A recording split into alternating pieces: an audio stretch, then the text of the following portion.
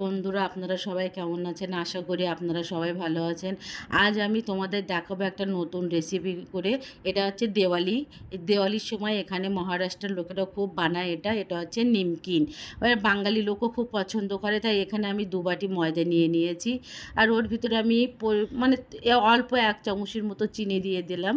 আর অল্প একটু লবণ দিয়ে দিলাম। দিয়ে এবার আমি এখানে তেল ইউজ করব। দেখুন তেলটা দিয়ে আমি ভালো করে ময়দাটা হাতে ওরকম মেখে মেখে নেবো।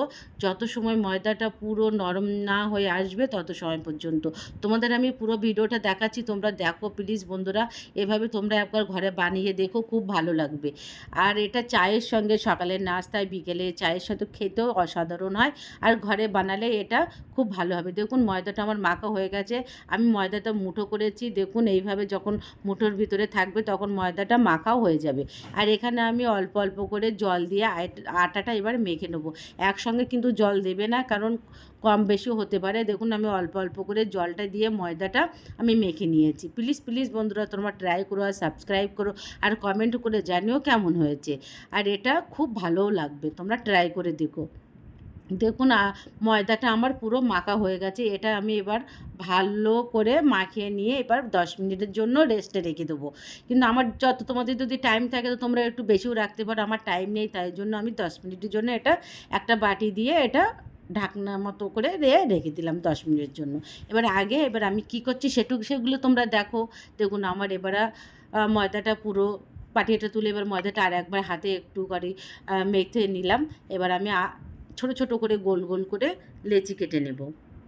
তোমরা তোমাদের হিসাব মতো করে নিতে পারো। আমি একটু মিডিয়াম সাইজ করে নিয়েছি। এটা আমরা বাড়িতে খাবো বলে এজন্য।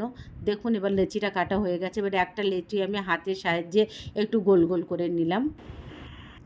এবার আমি একটা রুটি বা যে রুটি করি যে চাটু তার ওপরে দিয়ে এবার আমি হাতের সাহায্যে একটু গোল করে নিলাম। নিয়ে এবারে একটা বেলুনের সাহায্যে এবার আমি একটু বেলে নেবো। দেখুন আমি কীভাবে বেলছি সেগুলো তোমার দেখাচ্ছি। আর আমি আলাদা বাটিতে অল্প করে ময়দা নিয়েছি। একটু ময়দা ছড়িয়ে দেবো, আর তলায় লেগে যেতে পারে, তখন ভালো হবে না বেলাটা। দেখুন একটু ময়দা লাগিয়ে আমি একটু বেলে নেব। তোমরা পুরো ভিডিওটা দেখো বন্ধুরা। দেখো আমি কীভাবে ছোট ছোট করে বেলে নিয়েছি। দেখুন আমার বেলাও কমপ্লিট। এবার আমি এটা কীভাবে ভাঁজ করছি সেটাও তোমাদের আমি দেখাবো। দেখুন এবার এটা এইভাবে মাঝখান দিয়ে এটা দুটো করে তার উপরে আরেকটা ভাঁজ হবে। এবারে আরেকটু বেলে নেব।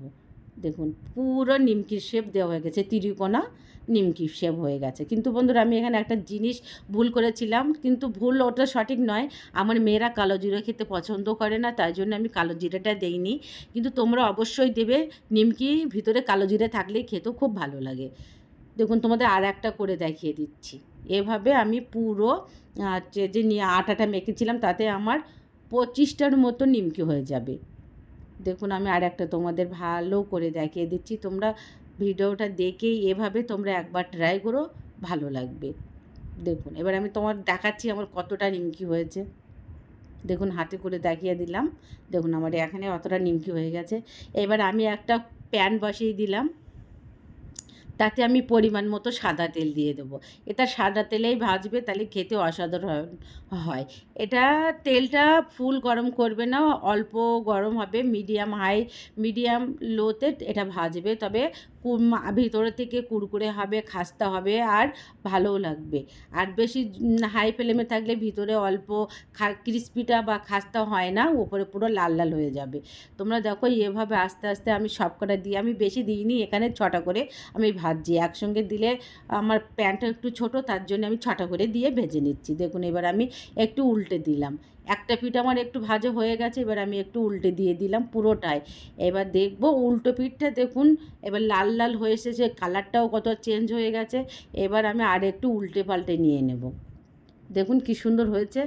আরে পুরো কুড়কুড়ে মতো হবে আর মচমচে, চায়ের সঙ্গে খেতে দারুণ লাগবে।